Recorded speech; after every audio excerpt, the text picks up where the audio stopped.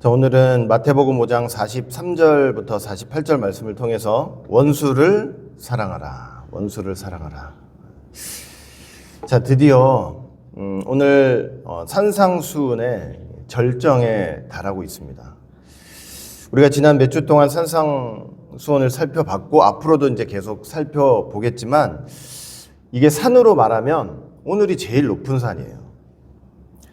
산도 우리가 웬만해야 이제 올라가잖아요. 근데 너무 높은 산이면 뭐 에베레스트 산 같은 거 너무 높은 산이면 이렇게 멀리서 바라보기는 쉽지만 참 올라가기는 어려운 산입니다. 아니 어쩌면 우리 같은 보통 사람들은 이렇게 올라갈 수가 없잖아요. 올라가기가 진짜 어려운 산입니다. 그 오늘 말씀이 바로 그런 산이에요. 멀리서 보고 듣기는 좋고 그렇다 하지만 직접 올라가려고 하면 올라갈 수가 없는 산이에요. 오늘 그 내용을 한번 좀 살펴보도록 하겠습니다. 마태복음 5장 43절 보니까 또 내 이웃을 사랑하고 네 원수를 미워하라 하였다는 것을 너희가 들었으나, 이제 예수님께서 하시는 말씀이죠. 너희가 듣지 않았냐? 너희가 배우지 않았냐? 네 이웃을 사랑하고 네 원수를 미워하라. 이제 이 예수님 당시 유대인들이 이제 이렇게 배우고 있었던 거예요. 이제 이런 식으로 내용을 배우고 있었는데, 여러분 원수를 사랑하고 내 이웃을 사랑하고 원수를 미워하라는 내용이 구약 성경 어딘가에 있을까요? 없을까요? 있는 것 같아요? 없는 것 같아요? 예. 여러분 요 문구 요대로 있는 것 같지만 사실 구약 성경 어디를 찾아봐도 요 내용이 없어요. 원수를 미워하라고 쓴 구절이 없어요. 여러분들이 찾아보면은 없어요. 구약 성경 어디를 봐도 원수를 미워하라는 내용이 없어요. 오히려 어떤 내용이 있냐면은 레위기 19장 18절 보니까 원수를 갚지 말며 동포를 원망하지 말며 내 이웃 사랑하기를 내 자신과 같이 사랑하라. 나는 여호와이니라. 이제 원래 계명이 이건 거예요. 원래 말씀이 이거였어요. 이거. 그런데 예수님 당시에 이게 지금 어떻게 변형이 돼 있는 거예요? 이 내용이 이웃을 사랑하고 원수는 미워하라. 이제 이렇게 바뀌어져 있는 거예요. 본래 내용은 이건데. 이거 어떻게 된 걸까요, 그러면? 어떻게 된 거냐면, 사실 종교 지도자들이 이 성경에 없는 것을 지금 덧붙인 거예요. 덧붙여서 사람들에게 가르치고 있었던 거예요. 자기들 생각에, 원수는 미워해야 되겠기에 덧붙여가지고 사람들에게 이렇게 가르치고 있었던 거예요. 원수를 미워하라. 아니 감히 성경에 없는 것을 갖다 붙여? 이제 우리가 순간 이 말을 듣는 순간 막 분노할 수 있잖아요. 그렇지 뭐 예수님 죽인 종교 지도자들이 하는 짓들이 다 그렇지, 분노할 수 있지만 여러분들 가만히 생각해 보면 원수를 미워하라는 이 교훈이 우리 본성에는 딱 맞아요. 우리한테는 딱 맞아요. 이게 우리가 어떻게 원수를 사랑할 수 있습니까? 제가 원수라고 하니까 잘 실감나지 않으시잖아요. 실감나지가 않죠. 나에게 피해를 줬어요. 어려움을 줬어요. 내 마음에 상처를 줬어요. 물질적으로, 말로, 언어로 상처를 줬어요. 나를 괴롭게 하고 힘들게 했어요. 그런 사람들을 사랑하라고요? 사랑하라고? 복수하지 말라고 하는 것도, 저번 주에는 복수하지 말라고 그랬잖아요. 보복하지 말라고. 복수하지 말라고 하는 것도 이게 쉽지는 않은데, 이제 복수하지 말라는 데서 더 나아가 예수님은 뭐라고 말씀하시냐면 원수를 사랑하라고까지 말씀을 하시는 거예요. 이건 불가능하죠, 사실은. 이게 어떻게 가능합니까? 이게 가능한 일이 아니죠. 우리가 성경 공부할 때마다 뭐 예수님 당시 종교 지도자들이 이랬다 저랬다면서 그 사람들 욕할 때가 참 많았지만 이번에만큼은 사실 고맙기도 한 것 같아요. 이렇게 원수를 미워하라고 이렇게 덧붙여 준 게 이게 고마운 사실인 것 같기도 해요. 원수를 미워할 때 우리가 편안하게 할 수 있잖아요. 이들 말 때문에. 또 종교 지도자들이 그렇게 성경을 가르치면서 이렇게 말을 했기 때문에 사람들은 그것을 들으면서 그 종교 지도자들의 교훈이 분명히 성경 어디엔가 써 있었을 거라고 생각을 하면서 이게 말씀이라고 생각을 했을 거란 말이에요. 그러니 원수를 미워할 때 조금도 하나님의 말씀을 불순종한다거나 그걸 어긴다, 계명을 어긴다라는 생각을 하지 않았을 것입니다. 난 배운 대로 하는 거야. 가르침을 받은 대로 한 거야. 성경에 기록된 대로, 기록돼 있진 않지만 기록된 대로 하나님 말씀대로 그렇게 하는 거야. 나 원수를 미워하는 거야. 근데 그뿐이에요? 그뿐이 아니고 누구든지 주위에 마음에 안 드는 사람을 딱 원수 취급하는 거죠. 그래가지고 내 마음껏 미워해도 괜찮아요. 마음껏 미워해도 얼마든지 미워해도 그 성경을 어기는 것이 아니거든요. 그죠? 이 종교 지도자들의 교훈에 따르면. 그러니까 미워하면서도 이건 하나님의 뜻을 엄연히 따르는 거다 이렇게 생각할 수 있다는 것이죠. 여러분 우리가 하나님의 말씀을 대할 때 접할 때 정말로 주의할 점 중 하나가 바로 이겁니다. 이거. 우리가 도무지 올라갈 수 없는 말씀이니까 실천할 수 없는 말씀이니까 어떻게 사람들은 본능적으로 하냐면 그 올라갈 수 있는 말씀을 우리가 올라갈 수 없는 말씀을 올라갈 수 있는 말씀의 수준으로 낮춰버리는 거예요. 낮춰버려요. 주님의 높은 기준을 내 눈높이에 맞게 낮춰버리는 게 이게 우리가 신앙생활하면서 정말로 주의해야 할 점 중에 하나라는 것입니다. 여러분 우리가 에스겔 성전 많이 배웠잖아요. 엄청 배웠죠. 에스겔 성전에 보면은 그러니까 에스겔 40장부터 이렇게 쭉 보시면은 에스겔 성전이 나오는데 이건 종말에 세워질 성전을 상징을 하고 있잖아요. 근데 거기 녹같이 빛난 사람이 하나 있어요. 손에 뭘 들고 있냐면, 뭘 들고 있어요? 이 측량하는 장대를 들고 있단 말이에요. 장대를 들면서 성전 곳곳을 이렇게 측량을 하잖아요. 측량을 한단 말이에요. 뭐 몇 척이다. 한 척이 뭐냐면 그 장대를 가지고 한 척을 잴 때 한 척은 7손바닥 길이에요. 7손바닥이라는 것은 뭐냐면 여기서부터 여기까지가 한 손바닥이거든요. 이게 몇 개가 있냐면 7개. 그게 한 척이에요. 한 척. 그래서 그 한 척은 뭐냐면 7손바닥 길이. 그러니까 칠수죠, 칠수. 칠수는 완전수잖아요, 완전수.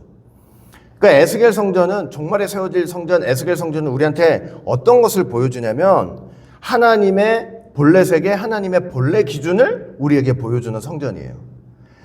이 세상에서 하나님의 말씀이 전부 자기 눈높이로 낮춰지고 무시된 그것을 갖다가 이 에스겔 성전을 통해서 뭘 우리에게 보여주냐면 하나님의 본래 기준, 하나님의 본래 말씀이 어떤 것이었다라는 것을 보여주는 게 바로 이 에스겔 성전의 역사였던 거예요. 예? 여러분 그거 아세요? 말씀을 내 눈높이로 딱 낮춰버리면은 이게 어떤 문제가 생길까요? 어떤 문제가 생기겠어요? 정말 큰 문제가 생기는데 어떤 문제가 생기냐면 말씀을 내 눈높이로 낮춰버리면 나는 그 말씀 앞에 죄인이 될 수가 없어요. 낮춰놓고 그 말씀대로 행하면서 난 말씀대로 잘 행하고 있지, 말씀 앞에 순종하고 있지 하면서 스스로 의인이라고 자부하게 되는 거예요. 여러분 자기가 의인인데 내가 스스로 의인인데 의인된 사람이 예수님이 왜 필요하겠습니까? 내가 다 잘하고 있는데 예수님이 왜 필요해요?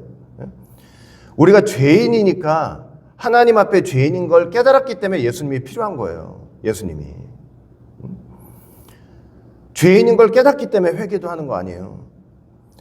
그런데 그걸 다 눈높이를 낮춰가지고 내가 생각할 수 있고 말할 수 있고 실천할 수 있는 것들로 다 바꿔버리면은 그 앞에 회개도 필요 없고 내가 스스로 잘하고 있고 예수님도 필요 없고 하나님도 필요 없고 나밖에 안 남는 거예요. 나밖에.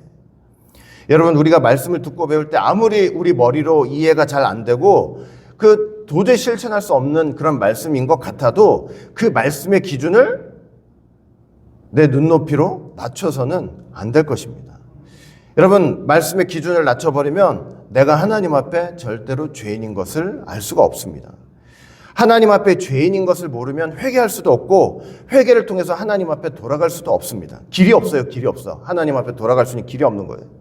오히려 그 하나님의 말씀 앞에 내가 부딪혀가지고 저번 주에도 말씀드렸지만 뭐래도 안 되는 내 자신을 깊이 깨닫고 회개하면서 하나님께 힘을 구하는 것이 그게 진짜 신앙생활이라는 것을 여러분 꼭 믿으시길 바라겠습니다. 여러분 예수님이 종교 지도자들에 의해서 이게 잘못 오용되고 이해된 말씀을 정확하게 교정을 해주셨어요. 어떻게 해주셨냐면 마태복음 5장 44절 보니까 나는 너희에게 이르노니, 이 율법을 만드신 예수님 그 입법자의 권위로, 제정자의 권위로 말씀을 하시는 거예요. 뭐라고 그러시냐면 너희 원수를 사랑하며 너희를 박해하는 자를 위하여 기도하라. 원수를 사랑하라.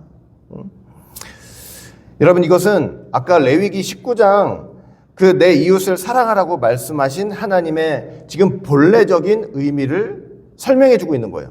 레위기 19장을 보면서 종교 지도자들은 네 이웃을 사랑해, 그러나 원수는 미워해, 이렇게 해석을 했잖아요.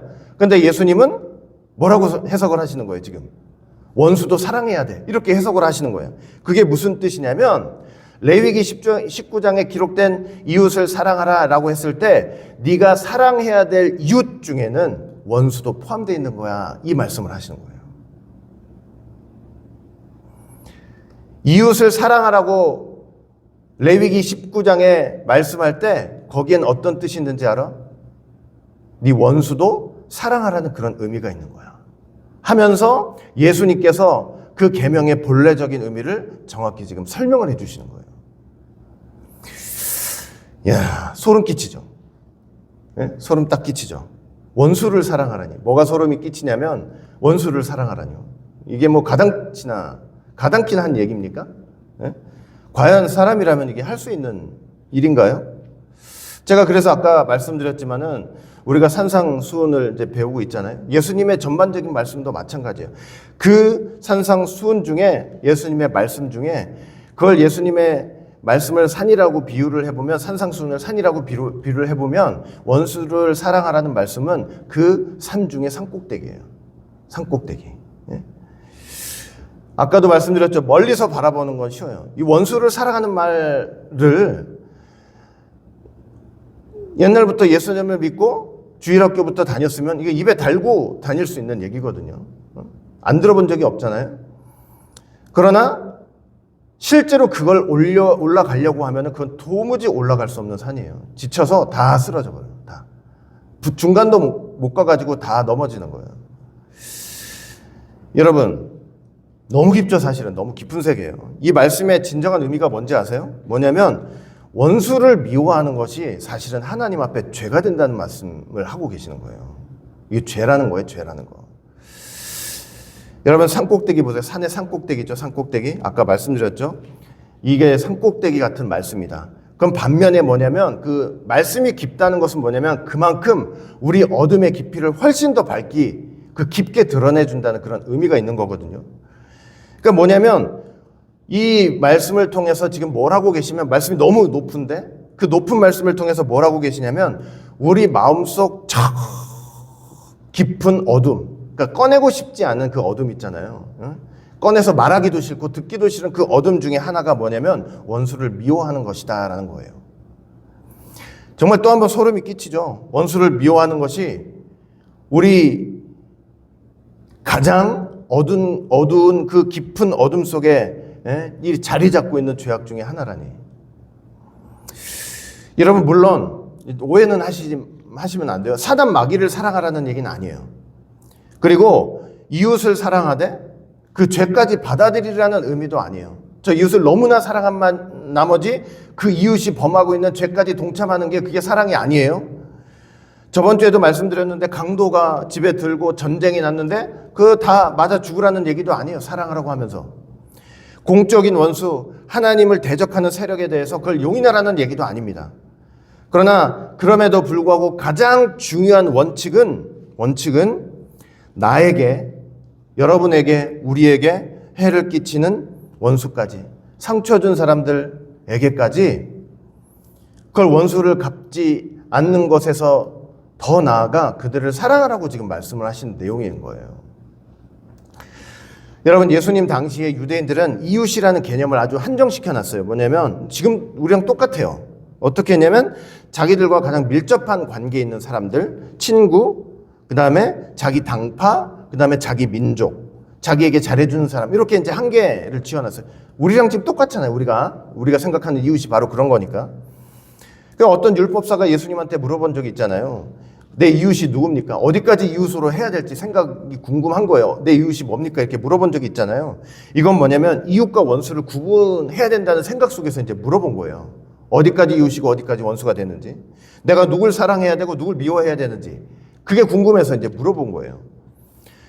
예수님께서 산상수훈을 통해서 지금 대답을 하고 계세요. 뭐냐면, 야, 네가 접하고 있는, 네가 만나고 있는 모든 사람들이 네가 사랑해야 될 이웃이다. 답을 그렇게 해주고 계시는 거예요. 근데 내가 만나고 있는 사람들 가만히 생각해 보세요. 저도 그렇고 마찬가지 여러분들도 그렇고 나에게 잘하는 사람만 있는 게 아니잖아요. 나에게 못되게 하고 못한 사람들이 얼마나 더 많아요. 그런데 예수님은 그런 사람들도 이웃이라는 거예요. 그런 사람들에게 적대감을 품지 말고 복수심에 불타지 말고 그들을 사랑하고 그들을 위해서 기도하라고 지금 말씀을 하시는 거예요. 그러니까 모두에게, 내가 만나는 모두에게 친절하게 대하도록 노력하라는 것이고, 모질고 못된 말을 들을 때라도 순간 분노를 가라앉히고 마음의 평정심을 유지하면서 따뜻한 말로 대답하라는 거예요. 참 제가 말해놓고도 못하고 있는 거지. 할 수가 없는 일이에요. 근데 그런 의미예요. 지금 그런 의미라고요. 예. 여러분들 오해하지 마세요. 내가 너무 잘하고 있어서 말씀드리는 게 아니에요. 그래서 제가 저번 주부터 말씀드리잖아요. 저번 주 거 오늘 거 싹 넘어가고 6장부터 시작할까 이렇게 했는데, 예, 그럴 수는 없잖아요. 예수님이 이 교훈을 통해서 우리에게 말씀하시고자 하는 게 분명히 있을 테니까. 여러분, 비행기가 이렇게 이제 날잖아요. 땅에서 지면에서 이렇게 와가지고 어중간한데 이제 떠 있으면은 여러분들 다 경험하셨겠지만 땅이 다 보이잖아요. 건물들, 뭐 자동차 지나가는 거, 어떨 땐 사람 지나가는 것까지 다 보이는데 진짜 높이 날게 되면 어떻게 돼요? 까마득 해가지고 보이지가 않잖아요. 그러니까 우리의 신앙과 믿음이 아마도 정말로 저 하늘에 계신 하나님이 계신 그 하늘을 향해서 높이 비상하고 있다면 아마 내 앞에서 못된 말 하고 있는 그 사람이 순간 까마득하게 보일 것 같아요. 그러니까 저도 이런 차원의 신앙을 갖기를 원해요, 사실은. 예? 너무 가까이서 너무 잘 보이니까 부르륵 화가 나잖아요. 예? 저도 제가 그래요, 제가. 부르륵 화가 나는데 내가 좀 높이 있으면은 그게 그 코앞에 있는 사람이지만 좀 까마득하게 보일 수도 있을 것 같아요. 이게 쉽지 않은 일이지만. 여러분, 마태복음 5장 45절 보니까 이렇게까지 말씀을 하시네요. 이같이 한즉 하늘에 계신 너희 아버지의 아들이 될 것이다 그러는 거예요. 원수 사랑하면 너가 아버지의 아들이 될 거다 이렇게 말씀을 하시네. 그러니까 원수를 사랑하고 그를 위해서 기도할 때 너 하늘에 계신 너희 아버지의 아들이 될 것이다. 저와 여러분들 예수 믿고 다 하나님의 아들이 됐잖아요. 예수님 믿고 영접할 때 하나님의 자녀가 되는 권세를 주셨다고 했잖아요. 그런데 원수를 사랑하고 나를 핍박하는 자를 위해서 기도할 때 하나님의 아들이 된다는 게 무슨 뜻입니까? 무슨 뜻이냐면은 이미 예수님을 통해서 하나님의 자녀가 됐지만 이 원수를 사랑하라는 이 계명에 순종하면서 이 땅에서 하나님의 아들인 것을 증명해 가면서 살으라는 그런 의미가 있는 거예요. 입으로만 하나님의 아들 그게 아니고 나 예수 믿고 하나님 아들이 됐어 그게 아니고 이 원수를 사랑하라는 이 계명을 통해서 삶으로 행위로 진짜 하나님의 아들인 것을 세상에 증명하면서 살아라. 이제 이 말씀인 거예요. 그러면서 야 하나님이 어떤 분인지 알아? 예수님이 설명하시는 거예요. 하나님이 어떤 분인지 알아? 이런 분이래요. 마태복음 5장 45절 우리 같이 한번 읽어볼까요? 자 시작. 이같이 한즉 하늘에 계신 너희 아버지의 아들이 되리니 이는 하나님이 그 해를 악인과 선인에게 비추시며 비를 의로운 자와 불의한 자에게 내려주심이라. 하나님은 이런 분이래요. 햇빛을 비춰주시는데 내가 이뻐하고 사랑하는 사람한테만 빛을 비춰주시는 게 아니고 못된 인간들한테도 비춰주신대요. 비를 내리는데 이 의인들한테만 착 비를 내려주시고 악인들한테는 내려주시지 않는 그런 하나님이 아니라는 거예요. 똑같이 내려주신다는 그런 하나님이라는 거죠. 여러분, 하나님은 분명히 아셔요. 그렇다고 해서 악인과 의인을 구별하지 않는 분이 아니라는 뜻은 아니에요. 악인과 의인을 분명히 구별하시는 분이에요. 그리고 마태복음 25장 볼 때 언젠가 그들을 양과 염소를 분리해 내듯이 의인과 악인을 분리하셔서 한 양에게는 영원한 생명의 축복을 주고 염소에게는 영원한 저주의 심판을 내릴 것입니다. 그런데 그 하나님께서 지금은 사람들에게 똑같이 은혜를 주고 계신다는 거예요. 똑같이 은혜를 주고 계신다. 우리가 이것을 신학적으로 말하면 이걸 일반 은총이라 그래요. 일반 은총, 일반 은혜예요. 지금 우리가 보기에는 여러분들 그런 사람이 있어 없어요? 막 뉴스, TV 이런 거 보다 보면 저런 건 진짜 당장 찢어 죽여도 저거 속이 풀리지 않을 인간, 그런 인간들 되게 많잖아요. 그런데 그렇게 찢어 죽여도 시원치 않은 그 악한 인간에게도 하나님께서 빛과 비를 내려주시는 그 은혜를 일반 은총이라 그래요. 일반 은혜. 저번 주에 말씀드렸지만 왜 이렇게 되느냐? 하나님께서 이 땅에 있는 당신의 백성들을 다 구원하시고 구속사를 다 완성시키시기까지는 뭘 하시는 거예요? 세상을 보존시켜 주시는 역사를 하시는 거예요. 이 일반 은총을 통해서. 그렇죠? 너무 악해. 노아 때처럼 쓸어버리자 해가지고 그냥 다 쓸어버리면 어떻게 되겠냐고요.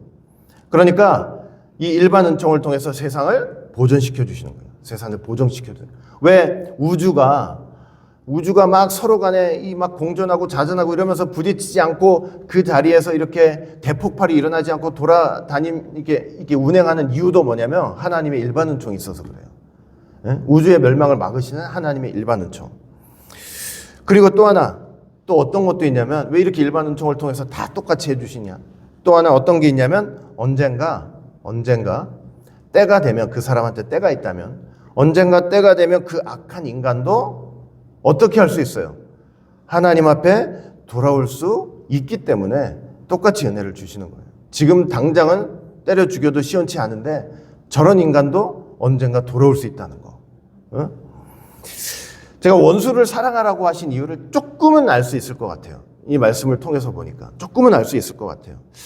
나에게 상처를 주고 못되게 한 그 인간도 언젠가는 하나님 앞에 돌아올 수 있을지도 모르겠어요.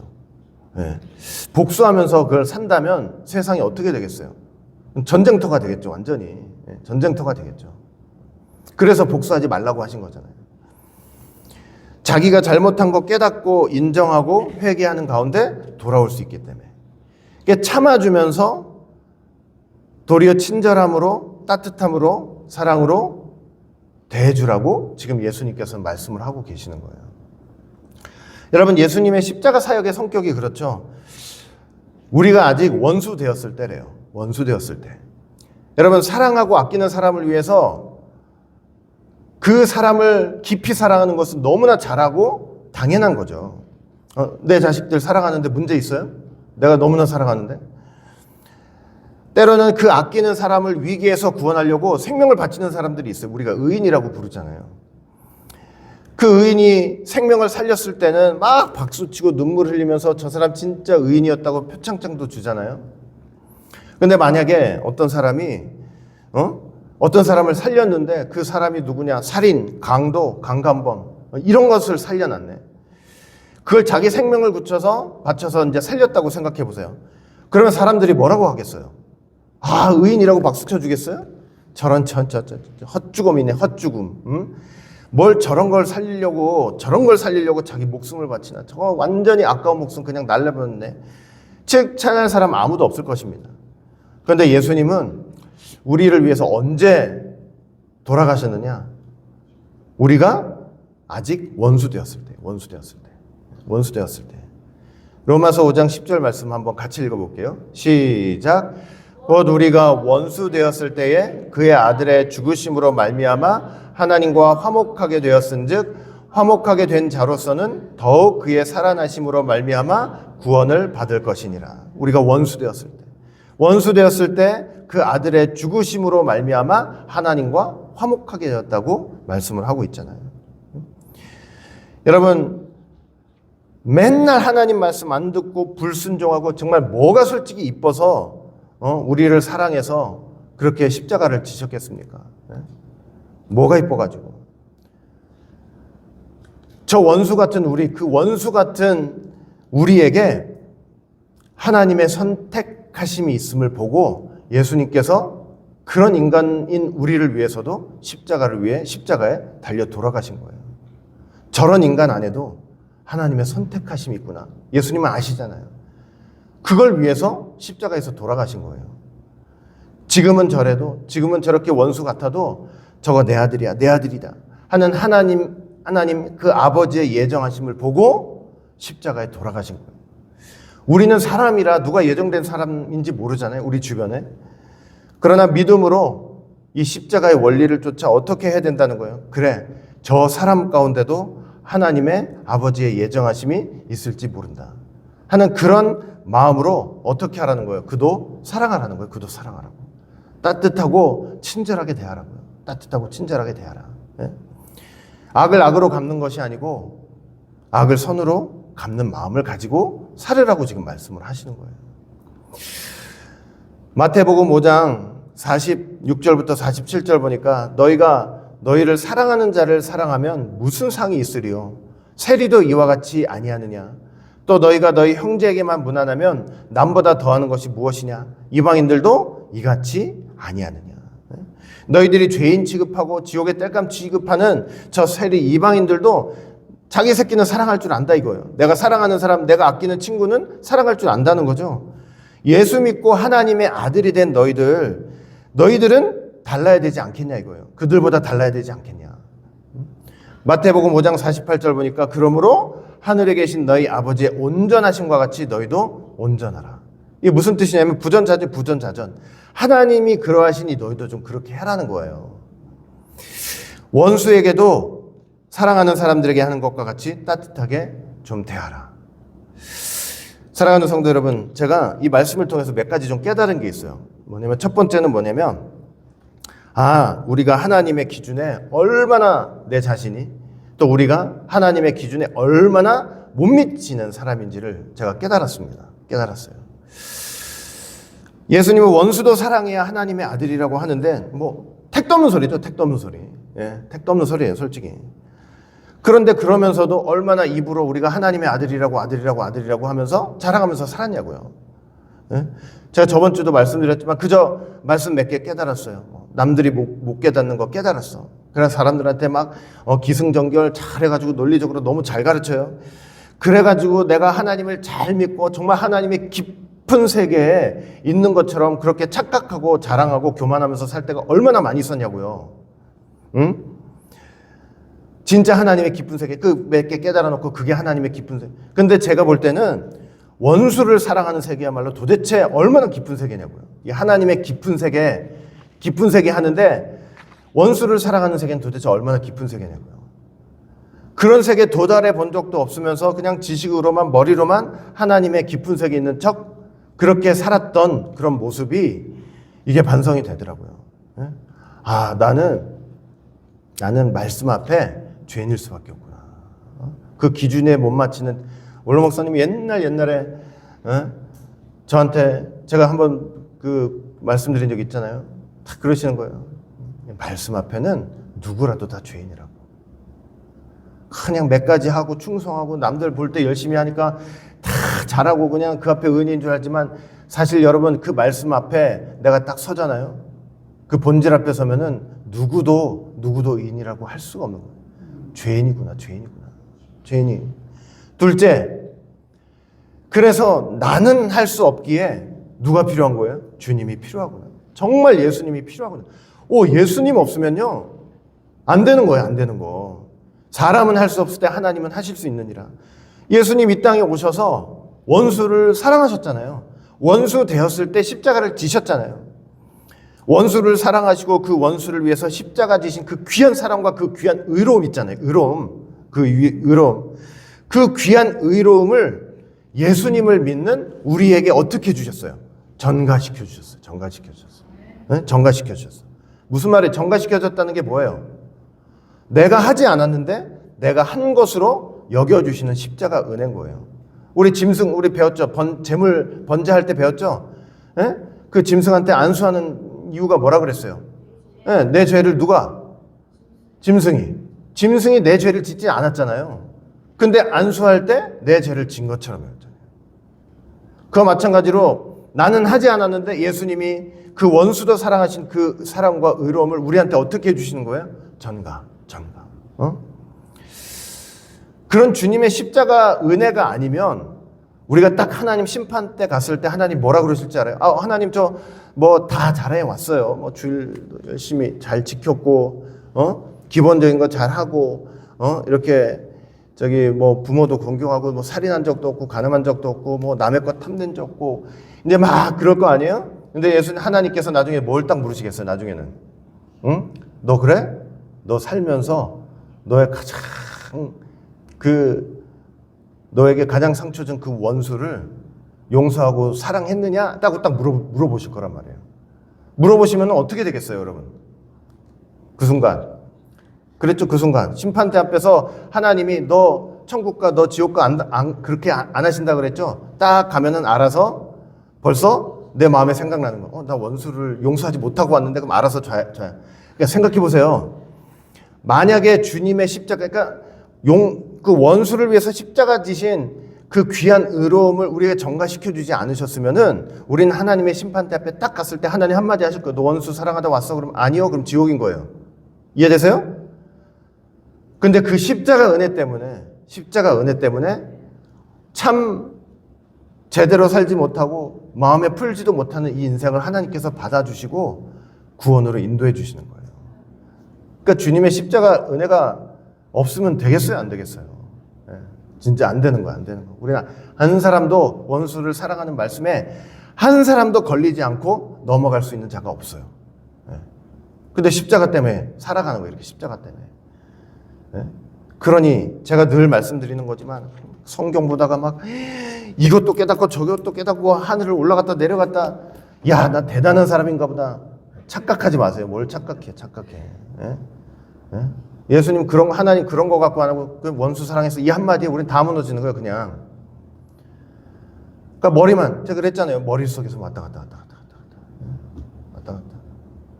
주님의 십자가 은혜가 아니면 그 머릿속에서 왔다 갔다 하는 그 말씀도 아무런 소용이 없어요. 셋째, 성령님의 도우심을 구하며 내가 이 말씀을 지키기 위해서 힘써 노력해야 되는구나. 이걸 깨달았습니다. 우리가 예수님을 믿고 하나님의 아들이 됐는데 이제 이 땅에서 우리는 하나님의 아들됨을 증명하면서 살아야 되는 거구나. 증명하면서. 그게 하나님이 기뻐하시는 삶이에요. 원수를 사랑하라고 하는 말씀은요, 우리에게, 저와 여러분들에게 하나님께서 공허한 목표로 주신 게 아니에요. 그냥 바라보는 목표로만 주신 게 아니고 실천해야 하는 목표로 주신 거예요. 너 실천해야 돼. 그죠? 근데 우리 힘으로 안 되잖아요. 예수님께서 십자가를 통해서 정죄함에서는 해방을 시켜주셨어요. 제 말 이해되시죠? 정죄함에서는 해방시켜 주셨고 성령님을 보내주셔가지고, 이게 여러분 내 옛 마음 갖고는 절대 할 수가 없는 거예요. 성령님께서 오셔서 새 마음을 주셔야만 행할 수 있는 일들이에요. 그러니 그 성령님의 도우심을 붙잡고 기도하면서 이 땅에서 완벽하게 되지는 않더라도 실천하면서 살아가야 될 말씀이고요. 이걸 꼭 기억하셔야 되는 거예요. 아시겠죠? 사도 바울처럼 이런 고백을 할 수 있어야 돼요. 빌립보서 3장 12절 보니까 우리 한번 읽어볼게요. 시작. 내가 이미 얻었다 함도 아니요 온전히 이루었다 함도 아니라 오직 내가 그리스도 예수께 잡힌 바 되는 그것을 달려가노라. 자, 세 번역으로 읽으면 나는 이것을 이미 얻은 것도 아니며 이미 목표점에 다다른 것도 아닙니다. 그리스도 예수께서 나를 사로잡으셨으므로 내가 그것을 붙들려고 어떻게 해요? 쫓아가고 있다라고 말씀을 하고 있잖아요. 이 땅에서 완벽하게 이 말씀을, 이 계명을 다 순종할 수는 없어도 그래도 적어도 뭘 하고 있어야 돼요? 주님께 붙잡혔으니 이걸 실천하고 그 말씀의 뜻을 이루기 위해서 붙들고 이루기 위해서 쫓아가는 삶은 적어도 살아야 된다는 뜻이에요. 외면하지 말아버려. 이건 나랑 상관없어. 이게 아니고. 무슨 말씀인지 아시겠죠? 하나님의 말씀은 단 하나도 공허한 목표로 주신 말씀이 없어요. 실천해야 될 말씀으로 주시는 건데, 그래서 새 마음이 필요하고 새 의지가 필요한데 성령님께서 주시는 거예요. 그 마음 가지고 해야 된다는 거죠. 그러니까 여러분, 저와 여러분들은 이것을 뭐 너무 멀리 볼 거 아니죠. 이 가정에서부터. 가정에 원수가 있어요, 없어요? 가정에 원수가 있죠. 가정에 원수가, 저 원수 같은 남편, 원수 같은 아내, 원수 같은 자식, 물론 저는 아니에요. 저는 하나도 그렇지 않아요. 그냥 그 원수 같은 것, 그러니까 그거를 거기서부터 이렇게 실천해 나가는 과정들은 분명히 필요한 거예요. 예, 필요해요. 예. 그리고 교회도 마찬가지죠. 교회에서도 정말 원수를 사랑하라는 이 말씀을 공허한 말씀으로 듣지 말고 내 안에서 실천해야 될 말씀으로 지켜나가는 거. 예? 야, 그러니 이게 얼마나 깊은 싸움, 이게 얼마나 깊은 세계냐고요. 하나님 말씀이 얼마나 열심히 말씀 받아서 그 깊은 세계라는 게 머리가 깊어지는 게 아니고 이 타락한 본성을 바닥까지 지금 하나님이 긁어주시고 계시잖아요. 꽁꽁 숨기고 난 할 수 없는 일, 예? 바닥까지 그냥 긁어가지고 너 다 지켰는데요. 그러다가 맨 마지막 바닥에 하나님 뭘 끄집어내시는 거예요. 너 원수 사랑했어? 야, 얼마나 참 잔인하신 분이에요. 근데 그럼에도 불구하고 하나님이 이렇게 해가지고 하나님의 완전하심, 온전하심을 우리에게도 주시려고 이렇게 해나가시는 그 과정을 한번 보시라고요. 그죠?